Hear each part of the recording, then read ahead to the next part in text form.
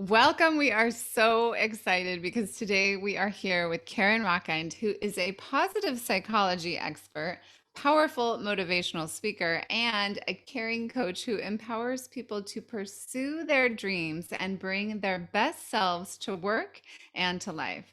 She helps empower people to thrive and works in big companies like Amazon, Capital One, Avon, LinkedIn, and she is also the founder of Women's Global Happiness Day, which is a not for profit effort to eradicate the women's depression epidemic worldwide. So she is so much more than all of that as well. She's currently sort of helping women step into their absolute sovereignty and fullness. Welcome to the Sex Reimagine podcast, where sex is shame-free and pleasure-forward. Let's get into the show. Carin, welcome. So, can't wait to dig into all this juicy stuff. Welcome. So much. Thank you. I'm so excited to be here. It's just so fun. I know. And you guys look so great right there. As soon as I saw you, I'm like, where are we going tonight? I'm on the other side of the country, but let's go. Yeah. So tell us a little bit about your like, where do we start? Story. Yeah, like where you sort of began, where you're kind of at now in this sort of transitioning point that you're in. Yeah. So, I began as that little girl. Let's just go back to when I was 2. Yeah, but I really began as that little girl who just wanted a perfect life. And like, that was my definition of happiness. I'm the third. My parents always said they got it right the third time.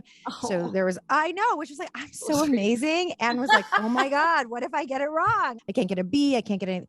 And so it was just like anything I had to do to live a perfect life would make me happy, right? My parents have been happily together, like so happy together. They've been married 56 years, but together since they were 14. Wow. My grandparents, may they rest in peace, were married 68 years, Holocaust survivors. Like, I come from this long lineage of get married, have your kids, and you will be happy. And so I did that. Well, I have something in my eye. I got married at 22, tall, dark, handsome lawyer. We had a big house in the burbs by the time I was 24, golden retriever. We made Thanksgiving dinner. It was like life looked perfect. Mm-hmm. But I was aching inside. I would cry almost every day. It felt so off. I felt so empty. I'm like, I was so unhappy. And my husband would be like, what's wrong with you? We have everything we have ever wanted. And we did. And I thought there was something wrong with me. And so it kept feeling to me like what's missing is I feel like I'm here for something. Like, I know I was put on this earth for something.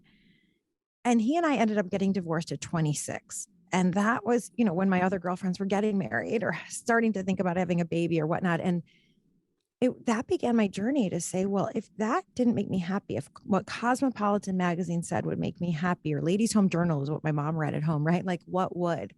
And I began my own journey. And really early on, I started volunteering with high school girls and like came alive seeing each one of these girls. And it was like, no matter what her parents wanted for her, or if she felt fat or she felt ugly, it was like, I could see her and love on her. And I felt like so invigorated.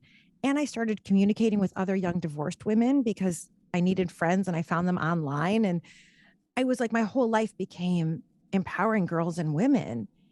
But this is almost 20 years ago. I got divorced in 2001. Like, I had never heard of a life coach. I, had no idea. There was no Facebook, It's like, what does this mean? And how do I do it? And the long story short, I couldn't figure it out. I became so depressed. I tried getting a book published. I was rejected, like all these different avenues. So I just went back to more lawyers who drove BMWs, who wore golf shirts. Like, it was just like, how do I live that? How do I be happy? Until one day I went to my psychiatrist and I was begging her every month for more medication. And I said, please give me lithium. Maybe I'm bipolar. Mm-hmm. And she closed her notebook and she said, Carin, you're not bipolar. You have all these dreams you talk about and you've never followed them. Good psychiatrist. Yes. Mm-hmm. So one by one, I started following my dreams. I'd always dreamt of going abroad in college, but never did because I was basically married to my husband in college. I wasn't married, but I basically was. And so I told my boss, I have to go away for mental health. I'm going to Paris and I can come back and work for you or not. And he's like, see you. So I like went to live in Paris for a month. I ran a marathon, even though I wasn't a runner at all. I went from 0 to 26 miles in 6 months and like started doing all these things, but I wasn't yet pursuing this like dream of empowering women. And then one day I was walking home from a bad blind date in Cleveland, Ohio. It was July 2nd of 2008. And I put my key in my condominium door and I suddenly felt hot breath on my neck. And I turned around and I was nose to nose with this young man. And I'm like, are you going inside? And he's looking in my eyes. And then he looked down at my stomach and he pulled a gun. And I scream and I fall to the floor and I'm going, please don't hurt me. Please don't hurt me. And I had that moment of, I haven't yet pursued that dream of empowering women. Wow. I have chills all over my body. Yeah. You know, I mean, sometimes it still makes me cry. I tell this story like 100 times and so I said to myself, if I live, I promise I will pursue that purpose no matter what. And just at that moment, the man took my purse and he ran. Wow. That was a crazy story. Right. And so I was like, all right, I don't know how to pursue this dream, but I'm going to. And shortly thereafter, someone introduced me. Someone on Facebook was like, it was so positive. Have you seen this? It was a link to University of Pennsylvania, Dr. Martin Seligman, who started positive psychology. I saw they had a master's program. I applied. By the grace of the goddess, I got in and I left my 6-figure corporate job and became a poor graduate student at 36 with my dad telling me that is the stupidest decision I have ever heard. And it was the best decision of my life. And the first iteration, and then I've built up from there, it was 10 years ago. And the first iteration has been all about purpose because I was like, purpose, right? And I have been blessed to be able to empower thousands of women at this point around their purpose. I got to be a happiness guru on a Sirius XM show for 5 years and, you know, speaking at the companies that you said. And what's deeply underneath all of that for me and always has been, it's like a lot of my clients may be like, I still don't know what I want to do with my life, but damn, I feel like a powerful woman. And I'm like, that's really what I'm here for. And so I'm 47 now, and I've been purpose girl for all these years. I became a mom at 45, which I totally would love to talk about sex reimagined with Fertility Journey, because there's nothing less sexy than fertility. When it's like, oh, honey, right now. Okay. Like, no, I'm ovulating this minute. You have to get it up now, you know, like there's nothing less sexy than that. So I can talk about kind of like what we did around that. And I had miscarriages and I became a mom at 45. And so sex reimagined with all of that new mamahood. I'm totally happy to talk about any of that. Cool. And with all of that, I am in the moment, like literally you guys announced the Institute of Women. So like, hello, there we go. I'm in the process of a rebirth myself, that it is more than purpose, my own journey, because a lot of what I've done by studying with Mama Gina, studying with you, Leah, going to the Tantra Institute, has been owning my wholeness as woman, sensuality, sexuality, my darkness, my fierceness, my rage, all of my grief. And that's the next iteration of what I'm here to teach, is a woman's wholeness and bringing in the pieces of every aspect of ourselves and empowering women to be the priestess leaders that the world needs now, because things are really I don't know if I can swear here, but things are really fucked up. And so what's needed now are embodied feminine leaders who are like, they're in touch with their wild woman and their wise woman and their high priestess and their inner mama, whether they ever have children or not. It's like our wholeness is what's needed now. Yes. That's a long story, but there you go. That's a great story. Thank you so much. It's really, I Thank can you. see so many of these beautiful processes that your life has been guiding you through. Yeah. That Spirit's been guiding you through. Yeah, absolutely. As you've been working with women, what do you see over and over again is the hurdle or the obstacle that keeps them from being connected to their wholeness? What's the theme in your experience? I don't deserve it. Right. It ends up looking like self-doubt. Who am I? Self-worth. Yeah. Yeah. It ends up looking like self-doubt, but it's really underneath it's self-worth. And where did the self-worth issue come from? Lifetimes and generations of our grandmothers and their grandmothers not having a say in who they marry, not having a say in what happens with their bodies. You know, we look at, this is stuff I've gotten really into studying and being interested in. Like, how did it all end up this way? Well, when a dowry was in place for a woman, then our grandmother's job was to be marriable, which meant she had to look a certain way. She had to not speak her voice, have no opinion, right? And so it's like, this is passed on generation to generation. This is in our bones. This is in our cells. I've been reading a book called, oh, shoot. When God Was a Woman. No, but okay, that's next on my list. How did you know? That's a good one. And I was going to ask the same question you were just Oh, really? asking. Really? The woman they could not silence, Oh. who I'm going to have on my podcast, because I'm reading this book and I'm fascinated. And it's a historical fiction about a woman whose husband put her in a mental institution against her will. Because that's all that used to need to happen was a husband saying, my wife is crazy. And what made a woman crazy? She had opinions. She wanted her own work. So anyway, here we are. And yes, we in some ways have equal, the woman that could not be silenced. Did you read it? Not yet, but I'm gonna. It's on the list Oh now. my goddess. Let's book club, please. Book club. Okay, book club. Book club. So, and someone today recommended to me, what did you say? God Was a Woman? When God Was a Woman. Yes, someone just today said you have to read That that. goes through like all the just the eons and the lineage and the passed down and where we're sitting at epigenetically now. I mean, it's just fascinating. It's so fascinating. And so, you know, it's so interesting. Women still carry the bulk of childcare, Yep. the bulk of household care. We make the bulk of purchasing decisions. We really do run the world. Yeah.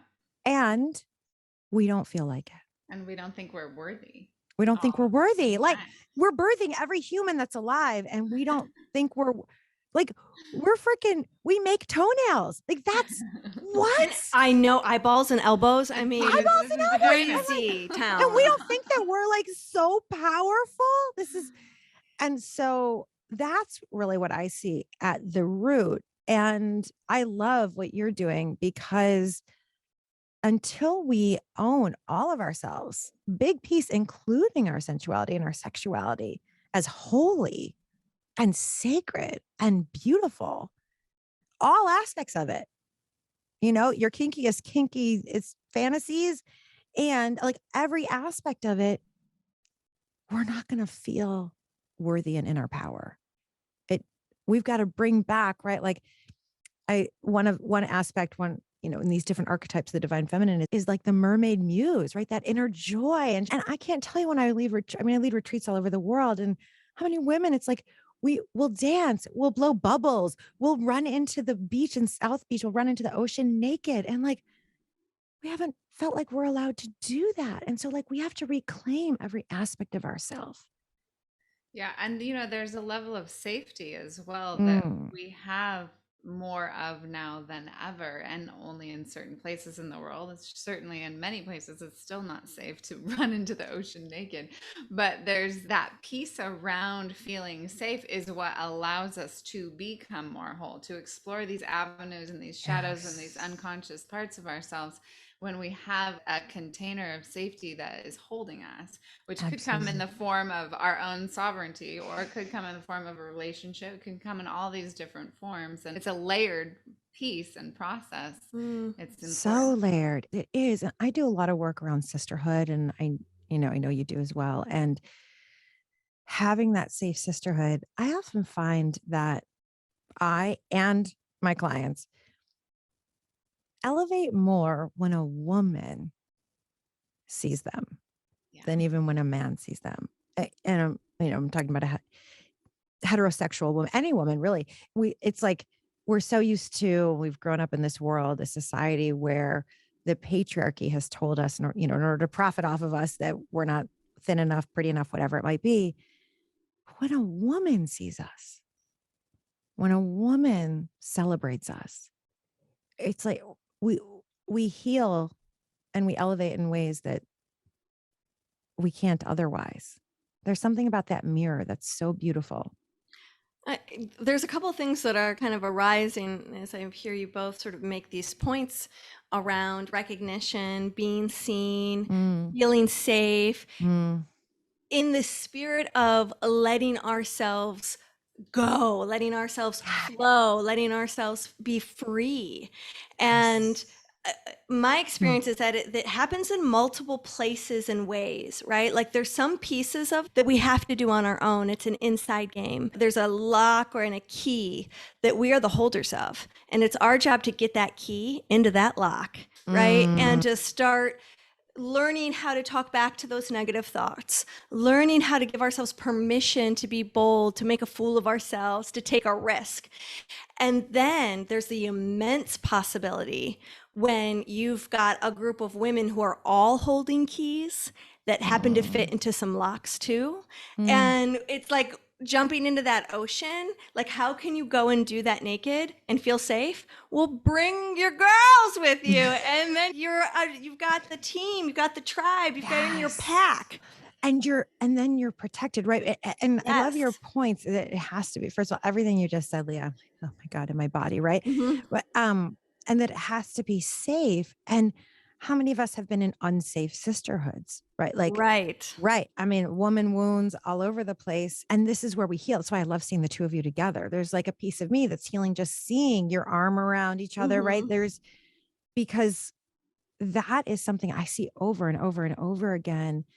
How many women have never felt like they have a safe place, right? And so no wonder we don't feel free. We don't feel free when we're anywhere. We don't feel free when we're, feel free by ourselves in our own home. Right. And because of, right. But you know what's amazing? So I have a 2-year-old now, and he is a boy, not a girl, but I have a 2-year-old niece, and I've had a niece before. But still, I love to watch a 2-year-old mine because he wants to see pictures of himself all day long. Really? Oh, that's so sweet. He just thinks he is the cat's meow. He is like, picture Shay. His name is Shay. Picture Shay. And then like today he went to the doctor for his 2-year appointment, and he was so brave. So I made up a song on the way home about Shay being brave. More Shay brave song, more Shay song.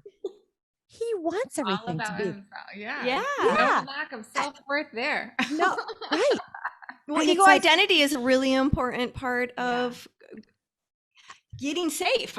Absolutely. The body. Yeah. And I'm like, okay, now how do we protect this when he gets around other kids, when he goes to school, and maybe, I don't know what he's going to be like, right? Like we've thought about moving to Florida. Well, I'm not going to move to Florida as long as if he's gay and he can't talk about being gay, or books are banned there. So I'm just watching how our purest state is self-worth. That's our purest truth. And for a million reasons, we've lost it. Or maybe I should say, let me rephrase it. It's been covered up. That's right. Yeah.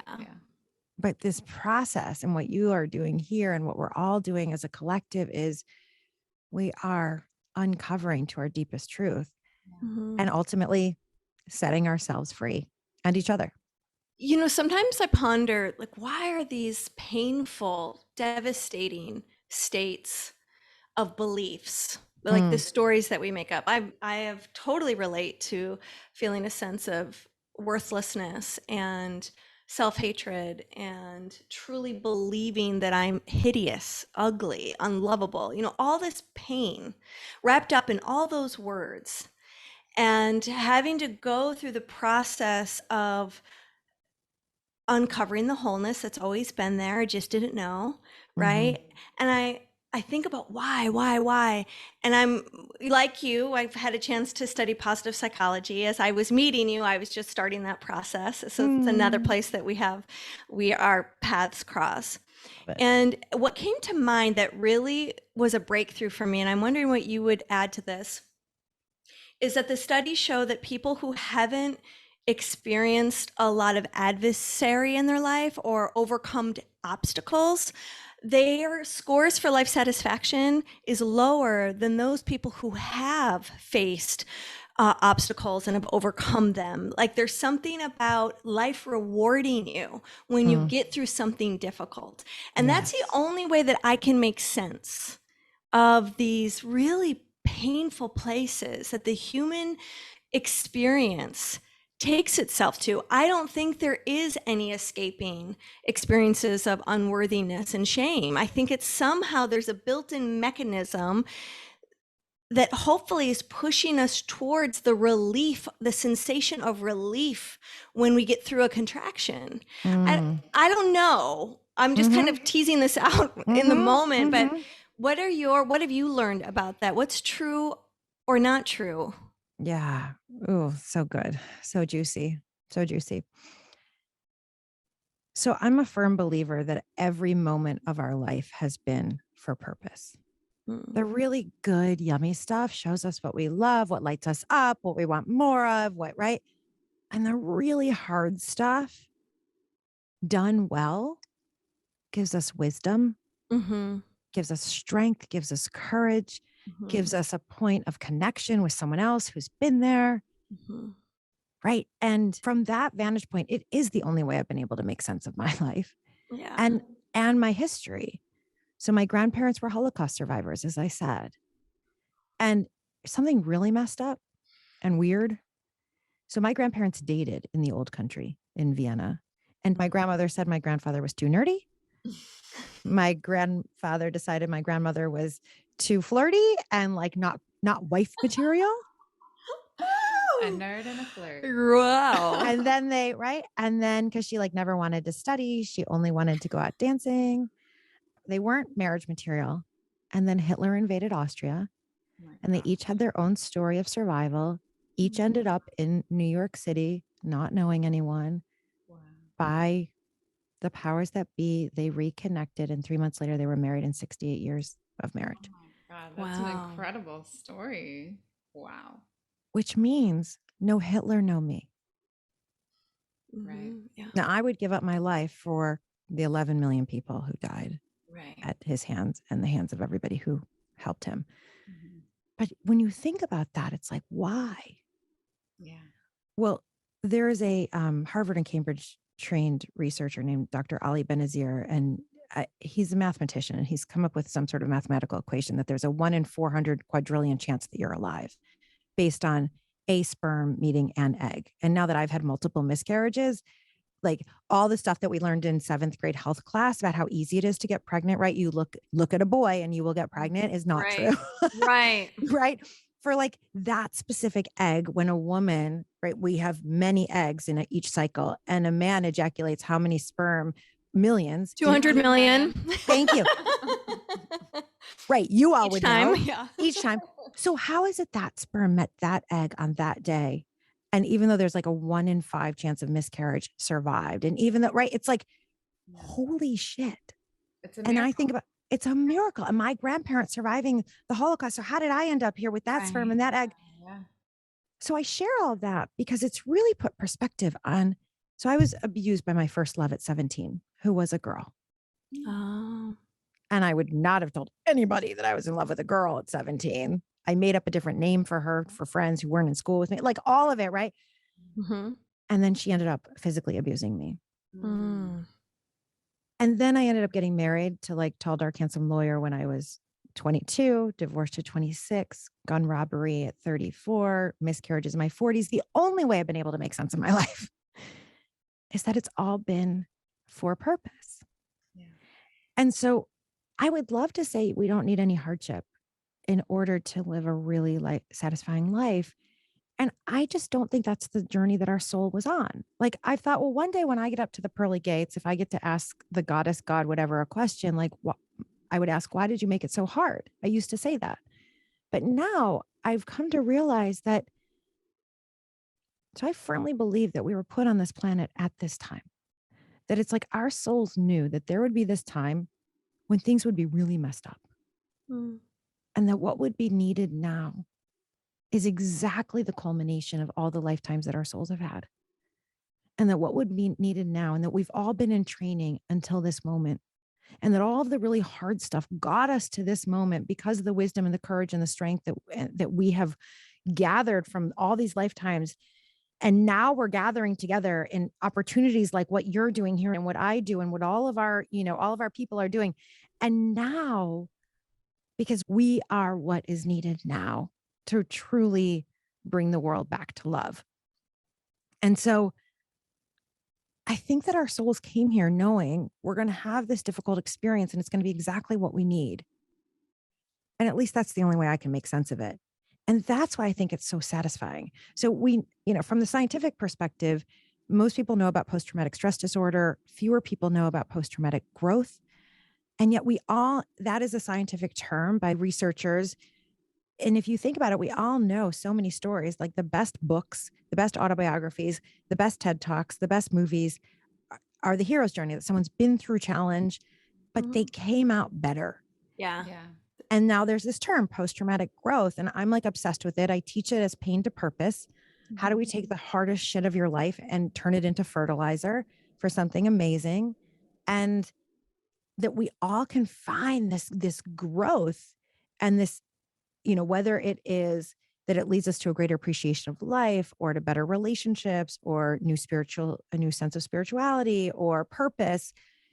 And that meaning of the difficulty is what leads to that higher life satisfaction. And I think when we can look at our whole life that way of like, oh, I needed that in order to be here. Yeah.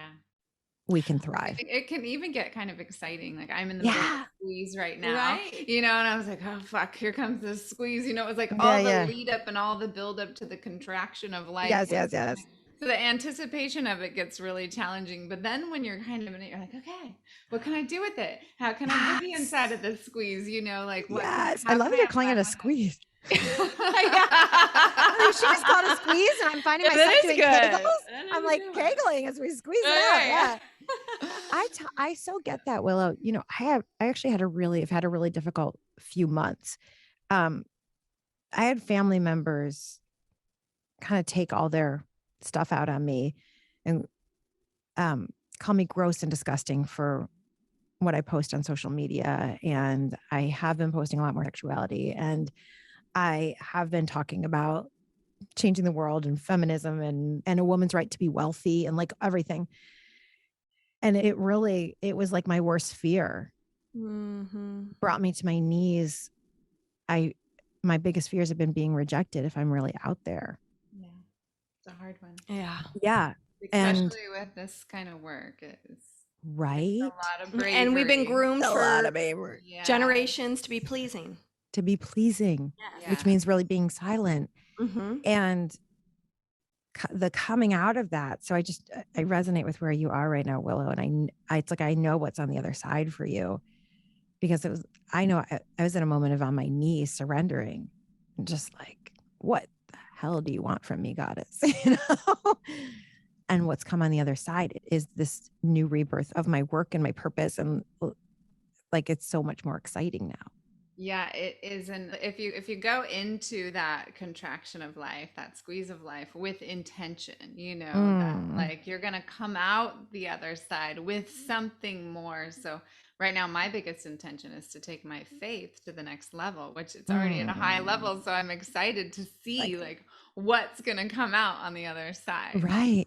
It's so interesting. I used to, because I just wanted to be happy and perfect and like whatever the Sweet Valley High girls were doing or whatever Cosmopolitan magazine said. Did you guys read Sweet Valley High? Am I older than you? That was a book series when I was a teenager. Okay. Anyway, like the whole like perfect teenager, be a cheerleader, student government. I did the whole thing. So I never wanted downs. And whenever I went through now what I know is a contraction, but I used to just be like, get me out of this as fast as I can. I don't want this, push it away. It was like, I just wanted happy, happy, happy, happy. And then of course the irony is I got my master's degree in happiness, but whatever. And the hilarious thing is I had a C-section. So I never actually had to experience a contraction. The contraction. Oh. And I have thought, and I was required to have a C-section because I had a very dangerous rare pregnancy condition that could have and almost did kill my baby in childbirth. So I wasn't allowed to have any contractions because it could have killed him. Wow. Did you never feel any during any of the miscarriages either? Contractions? No. Mm-mm. Early. Yeah, it was early. It was 8 weeks both times. Mhm.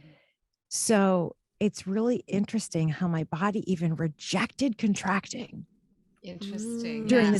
this thing that is like part of All the of our- birthing process. Wow. Wow.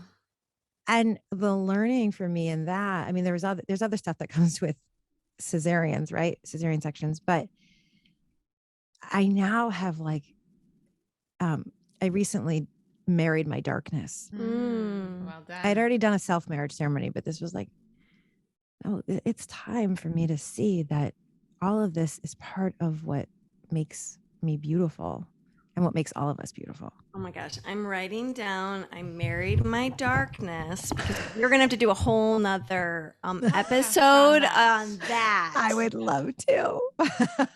Yes. Yeah. And yeah, and we really, it's interesting because when I started my positive psychology journey, when I started all of it, anything about my sensuality, sexuality was like private. I mean, I wasn't even out that I'd ever been in love with a girl or that I was bisexual. It was just like, please find me a lawyer, a male lawyer who wears golf shirts, and I will be happy, right? Because it was like, that was what was supposed to be in my Jewish upbringing. And my journey was, I got my master's in positive psychology from my fancy Ivy League university, and I graduated and I'm like, okay, but why do I still feel bad? Mhm. And it was because, and things have really changed since in positive psychology, it was all about the mind, and the heart and the body were really missing.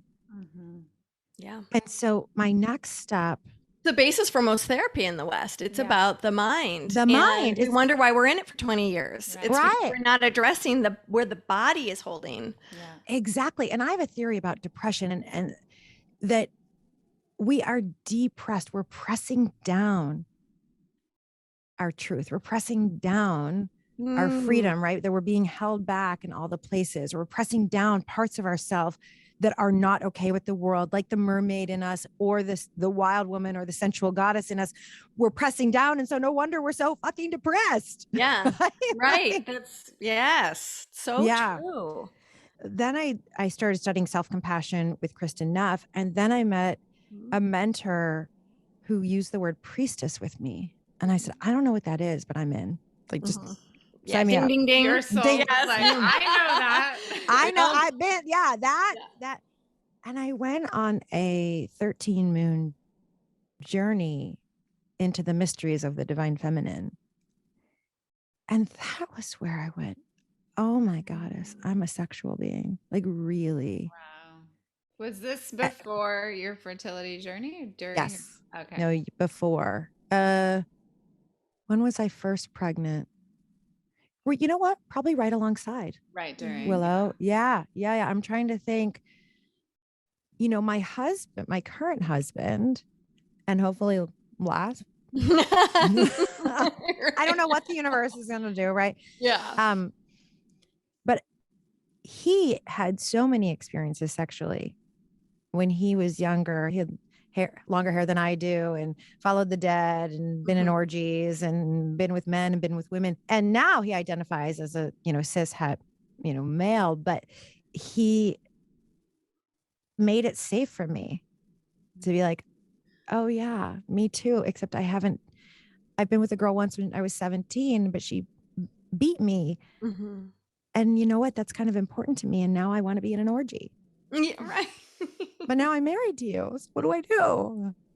And so like when I did my priestess training, and we explored the goddess of love, sensuality, and we explored the wild woman, I went, oh my God, I'm the wild woman. And when I started masturbating when I was 5. I started having sexual fantasies when I was 8. My sexual fantasies were usually about me being a dominatrix or being a man that was forcibly having sex with a woman. Dame. So it was like owning, like, then I started studying with Mama Gina, and I did that for a couple of years. And so, and then Lee, I went to the Tantra weekend with you, and then had to have a lot of conversation with my husband about like, what could this look like in our life? You didn't marry me thinking I was going to want this. And so and we're trying to have a baby, and like, what does that look like? So it's really been it's been a huge piece of, like, reimagining sex has been a huge piece of my reclamation as woman. Love it. Yeah. Yeah. So now you're at this place in your life and you've got a 2-year-old. Yeah. And one thing we haven't had a chance to unpack is sex with young kids, as they're not sex with young kids, but having a family that are That's young not sex children. reimagined. Yes. Yeah. So so first of all, the fertility journey, I know, Willa, you do a lot of work with that. There's nothing less sexy than a fertility journey, because it's like we all, spontaneity goes out the window, and you must get it up now, whether we want it or not. The stress, right? It's like, I'm ovulating this moment and this must happen at this moment. And so it becomes very unsexy. And for many reasons, I can see why so many people end up breaking up during that time. The stress of it, the Pressure. Right. a lot. Performance A anxiety lot of that pressure. must. Performance on anx- both parties, on everyone. Yes. And again, Yeah. that depression, that pressure, it doesn't Yes. life force energy to. Does like cortisol, like through that? Yeah, that's screens, cortisol is cortisol fucks everything up. Does that prohibit the Yeah. success sometimes? Yes, Okay. that's adrenal. It's so fast. I mean, can we have like 6 more conversations on my Yes. podcast? Like, please come on my podcast. We'll talk about this, and I'll be on yours. And like, we can talk about all these things, because cortisol absolutely prevents pregnancy. Like, because when we're in fight flight mode, right, we get the jolts of cortisol, and our bodies were designed to not want to reproduce when big, hairy, saber-toothed tigers were coming to eat us. Like, and so the whole fertility process is like anti-fertility. It is. And like a side note, right? It can be. Other ways around. Fair enough. Yeah. Like, one of the things I did was I had a goddess circle at my fertility clinic before the transfer. Like, the women came, That's they sweet. showered, rose petals on me. We put pussy juice all over the walls. Sorry, fertility clinic. They don't know that. All of that. Okay. And then, so we got through that, and then, now having a baby. And so part of our journey, I haven't even given all the details, has been like finding a way for us. I wouldn't say we have an open marriage, but I wouldn't say we have a closed marriage either. Like, we went to Burning Man, and it was like, okay, what are our rules while we're here? Or he knows what, so I had a fantasy, this is pre-baby, of being tied up, being somewhere where I was tied up and a lot of people adoring me. So we went to a sex party, and he facilitated my fantasy. I was tied up, and then he went around and said, my wife wants to be touched. And then we had like the best sex and this was in the middle of like going to a clinic every week, and like, good so like ways that's sex reimagined, right? That's sex right there, right? So it's like 1 week we're in this clinical, and then I'm like, and I know all of that was part of actually becoming pregnant, even though it was in a petri dish and like all of that, but my body still needed to be receptive.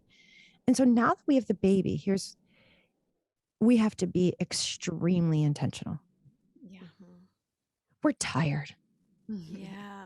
I mean, we run a business together. I'm the primary breadwinner. We parent equally, but when needed, and I travel a lot more than he does because I lead retreats and stuff, and he's parenting all the time. And at the end of the day, we don't feel like touching each other. We don't feel like touching anything. Yeah. Giving some more. And now we just want to read a book. Yeah. You know what? I really just want to eat ice cream and watch TV. and watch TV. Yeah. And so we are in the process of reimagining sex right now.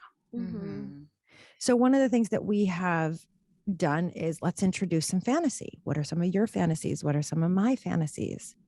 Right? Like, unfortunately, it was a year, we don't live by any family, but a year ago we were like, okay, how can we keep this sexy? So my mom, and I can't do this anymore because my dad is very sick with Alzheimer's, so my mom can't babysit, but we had a night of babysitting from her, and we met each other at a bar as if we didn't know each other, and came up with different names and the whole. So like it was so hot. So we're like, okay, we really need to be intentional. And what are the things that turn you on, and what are the things that turn me on? And like going back to some of the principles in Come As You Are by Emily Nagoski, is that her name? Right. You don't know that book, Come As You I Are? know that book. Wouldn't quote the author's name myself because I don't remember the author's name. But I Okay. know the I book. think it's Emily Nagoski. Uh-huh. Where she talks about like, and that's one of the books that I'm like, okay, let me like read this and like know, because she talks about knowing what puts the brakes on for you and knowing what accelerates things for you. So I've been like, all right, what accelerates is when he is like, when he's pretty kind of forceful, right? And like that, it turns me on to think that we're cheating on our partners instead of being partners. The So forbidden. the Yes. forbidden, yeah, it really turns me on. Yeah. So let's play that out. And so but we are finding we have to be really intentional. Nap time on the weekends needs to be a time. So it's like, okay, we've got 2 hours on a Saturday and 2 hours on a Saturday, because nighttime, forget it. So we're really, I think intentional is where we're at with reimagining sex and bringing in a lot of fantasy. And it's just, not that my husband isn't wonderful as he is, but right now our primary role is parents. And it's not that sexy, except there actually is something very sexy about a man who's a great father. Absolutely. Yes, we can fetishize that for sure. I think that is something that can really be used. Even if you aren't married to a father or dating a father, there's a way to take the father archetype and do some sexy things with it. Yeah. Yes. Because it's like, if we're just in the middle of changing a poopy diaper, it's like, right. But when I watch, so some parts of parenting, we don't feel like it. But when I'm just watching him roll around with our son, to be tender with him, I constantly am telling him, you are so sexy right now. You are so sexy right now. And I have found that is important too right now. And like really being conscious with your words. Those with words our of words. affirmation go a really long way. And I also love how you're exemplifying that you are, you have these limited amounts of time, which is so true for all parents, right? And so you're taking those limited amounts of time to the nth degree within your sexual comfort and exploration and what you guys are into. And instead of just like, let's just have some some quick sex for those 2 hours, like let's actually do some role playing. Let's try this on. Let's try that on. Let's do different things in that little bit of time that we have. That goes so much further than just like, let's do it the way we've always done it. Exactly. And how do we stay our sexy adult selves and not just mom and dad? And by the way, we're business partners too. So there's like all sorts of always things in that. On top of it. Yeah. Not Right. a lot of breaks. And this is stuff I've learned from, when I did Mama Gina, was I need to be clear about what turns me on and what I need. That's part of that self-discovery thing that you got to take yourself on that journey. Yeah. And then telling him, hey, here's what turns me on. So here's what I'd love from you, or I love it when you do X, so that he's, he wants to do more of it, or so he knows. Because I used to just be like, why don't you just know? You know what I mean? And so many people are like, oh my God, yeah. And still that voice can come up for me. And then it's like, oh, I need to, and because it can change, right? One day we want one thing, one day we want another. For real. Depending on our cycle. Exactly. And that's a different thing. I'm already in perimenopause. So I'm a new mom and I'm in perimenopause because I'm 47. So part of it is I'm also reimagining my own sexuality at this point as I take on all these different aspects as mom. But I'll tell you something else that's turning me on. It really turns me on to be a sexy mama. Thank you for making that a priority, because we got to start letting moms have sex again. There is this weird moms. Once you're a mom, we desexualize motherhood. It's the strangest isn't that thing. weird when we want to? Is it that weird when the world thinks that Jesus's mom never had sex? It's just bonkers. I mean, I'm a Jew, and I don't mean to say anything like everyone believe what you believe, but like if the majority of people believe that Mary never had sex, then being a good mother means that we aren't supposed to have sex. So yeah, but I love being a sexy mama. One of my fantasies is that when my baby is 15, all of the guys are going to want to come over to my house, and gals, whatever, because they're like, what's Shay's mom look like? Totally. to do anything with a 15-year-old, but that turns me on. Like a little bit of like, what's that movie where there's the older woman and the younger dude? There's a couple of them. You know what I mean, right? We know the one. We know those movies, and so does everyone watching. Exactly. So I like being a sexy mom. Harold and Maude. Harold and Maude. Harold I and love that Maude. movie. The graduate. No, not the graduate. Oh, No, The Graduate was still one has that too. theme. Was that one? Okay. Yeah. So anyway, I really take pride in that. Like I love, and part of what I've had to do Sex Reimagined is like adoring my body now. Yeah, we were just talking about seducing ourselves. Yeah. Like going through the process of like, if we play in the world of seduction, if you want to be really good at seducing, like you got to know how to seduce yourself. You got to actually take yourself out on that date, look at yourself across the room with a mirror, and give yourself the eyes. I love a good mirror and some candles. Uh-huh. Me too. Yes. Yes. And as a mom, our bodies change.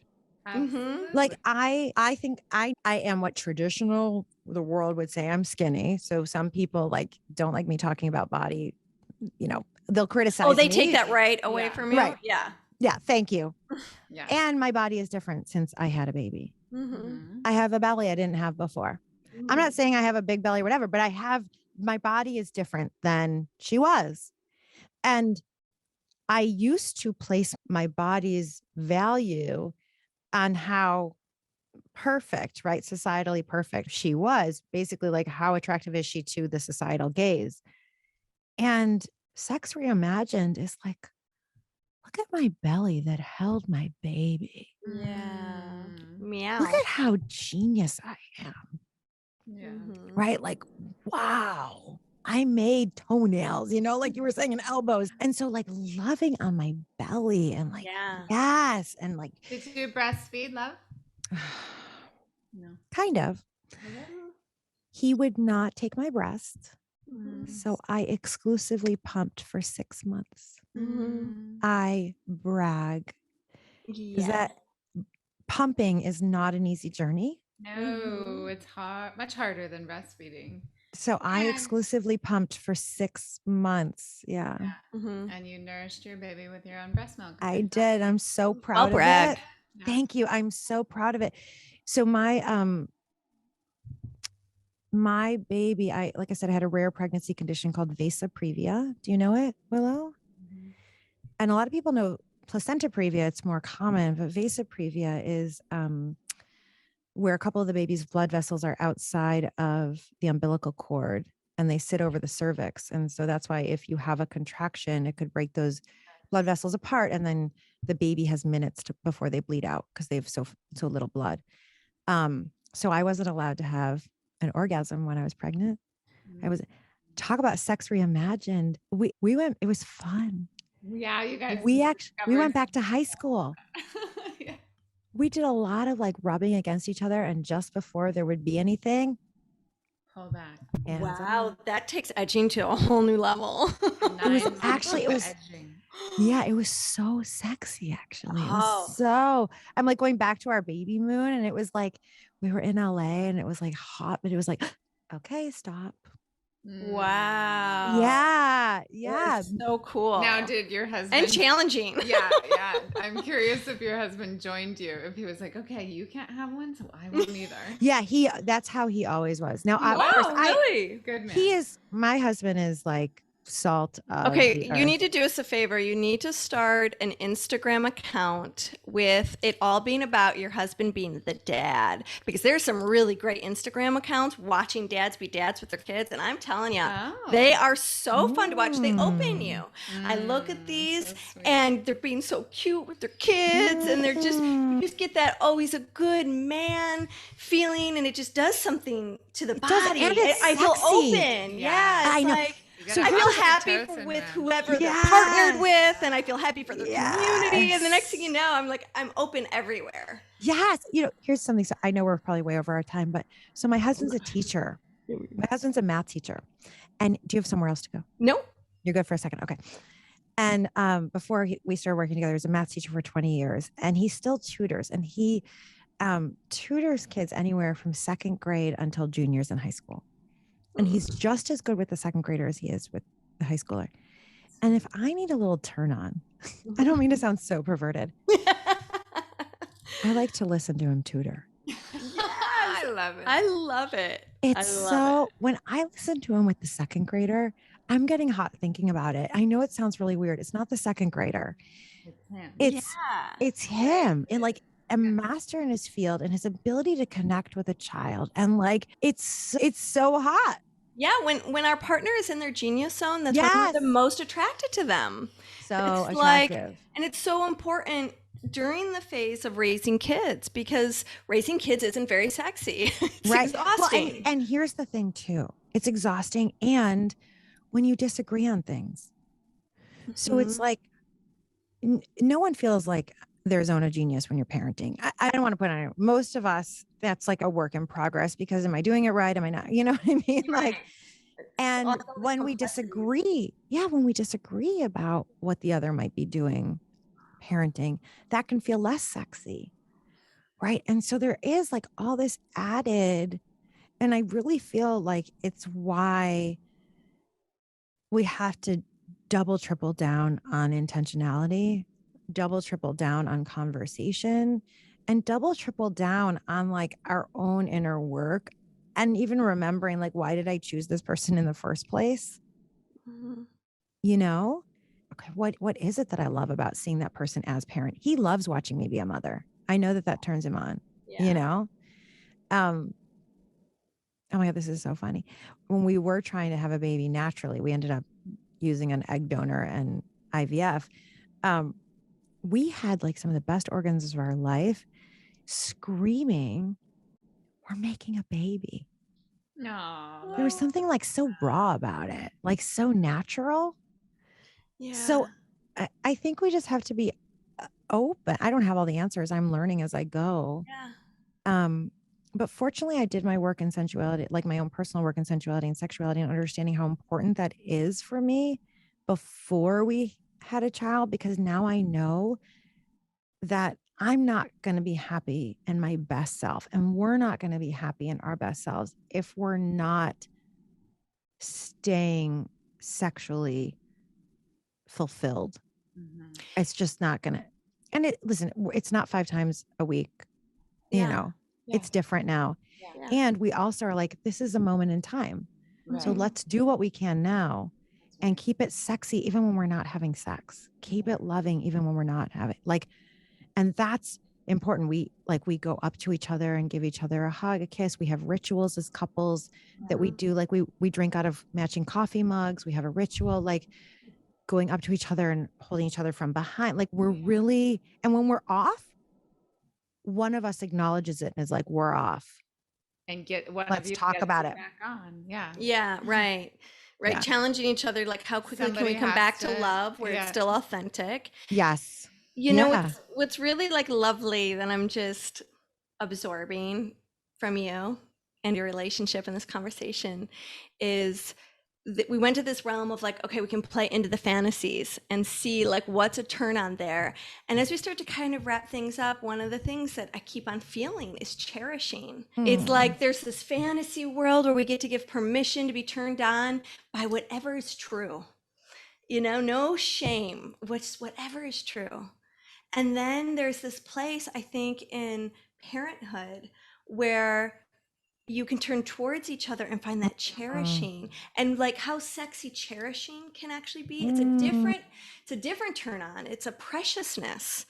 And so sweet. Yeah, you're right. I was talking your about heart. my person. Oh, you're so right. Like I was talking about fantasy, and now I'm like, oh, and this reality. And I have to tell you, the Tantra weekend that we went to, Leah was in the middle of our fertility stuff when we really were like, it was a disconnection. The moment you're supposed to be the most connected, and we still use some of the practices where we'll come back to breathing together. I mean, simple things to really keep that connection are so vital and so important. And I'm so grateful. So thank you. Mhm. And we can see it in your skin, in your Mhm. Yeah, you eyes, in your shine. glow, Yeah. Thank you, sisters. that really Yeah. Yeah. shines through. So Yeah, Thank you. it's we'll want to stay connected as you process what's coming next for you and the two of you. I Mm. keep on having this watching Esther Perel or reading something that she spoke about, and that's this piece around partnership. Yeah, we don't know if we're going to be together forever, but we always have an opportunity as we grow into these different people. As we're if we choose to be with each other for years and years and years, we continue to change and evolve as individuals. And Mhm. so we get to have a second and a third and a fourth chance of meeting each other, dating each other, getting married again, if that's what we want. I have a Yes. friend every day, her and her partner would wake up and say, "Today, I marry you." oh, And if it was a Oh. day that was like, "Today, I'm not I'm not married to you." Yeah. Like they Today allowed I'm going that back to the to pool occur. boy. Yeah. Yeah, today Yeah. I am Oh, free. it is a choice that you make every single day, Mhm. the it commitment to that. is. But Yeah. and I think that's most people aren't conscious that it is a choice to No. make every day. And that's the same with self-marriage. It's a choice every day, Mhm. right? Like when I Right. feel like crap, I'm going to put on my red lipstick because I'm claiming sexy mama. That's And right. so, like these And that's an are important choices. like pattern interrupt because when we're disconnected, we don't always know it. We Yes. end up being what we're like unconscious with our reactions to life, right? It's kind of being that depressed, pressed Yeah, it's down. like, oh, I'm depressed. Yeah. Or I'm just watching a lot of Netflix right now, or I'm drinking a lot of Yeah. Chardonnay right now, or whatever it might be. But we're not conscious of, and we all fall. I mean, I know I still fall into that sometimes because we're human, right? So, So that like intentional question, it gives us a pause. It gives us a chance to go, mm, that's right. I'm going to choose this today. yeah. Yeah. Okay, Love it. here's how So we're going to fun. end then. Ready, Leah? This is how we're going to end. Yeah. Since you're into positive psychology, I believe positive psychology comes down to two words. And you probably learned that one of the founders of positive psychology, Dr. Chris Peterson, may he rest in peace, said positive psychology comes down to three words: other people matter. Mm-hmm. And what I teach is that positive psychology comes down to two words: I choose. I choose. And I choose. give my clients a necklace that says I choose. And if I didn't have a baby, I used to wear it every day until he would like pull it off of me. Like I have them on my website, these gold necklaces that say I choose, because I really believe that is the key to happiness. And I fancy myself one of the world's leading experts in women's happiness because it is different. And we didn't even get into that, but we could. Like that is right. Because there are reasons that women are twice as likely to be depressed as men. And there are many reasons for that. And the antidotes, like the ways out of them, are many of the things that we've talked about. But it's a moment by moment choice that we can make. Love it. Thank you so much. Yeah. My pleasure. This has been so What a yummy fun. hour. Yeah. Yes. Oh, thank you. I love what you're doing. Thank you. Thank you. Thank you. Love, love, love, love, love. Now, our favorite part, the dish.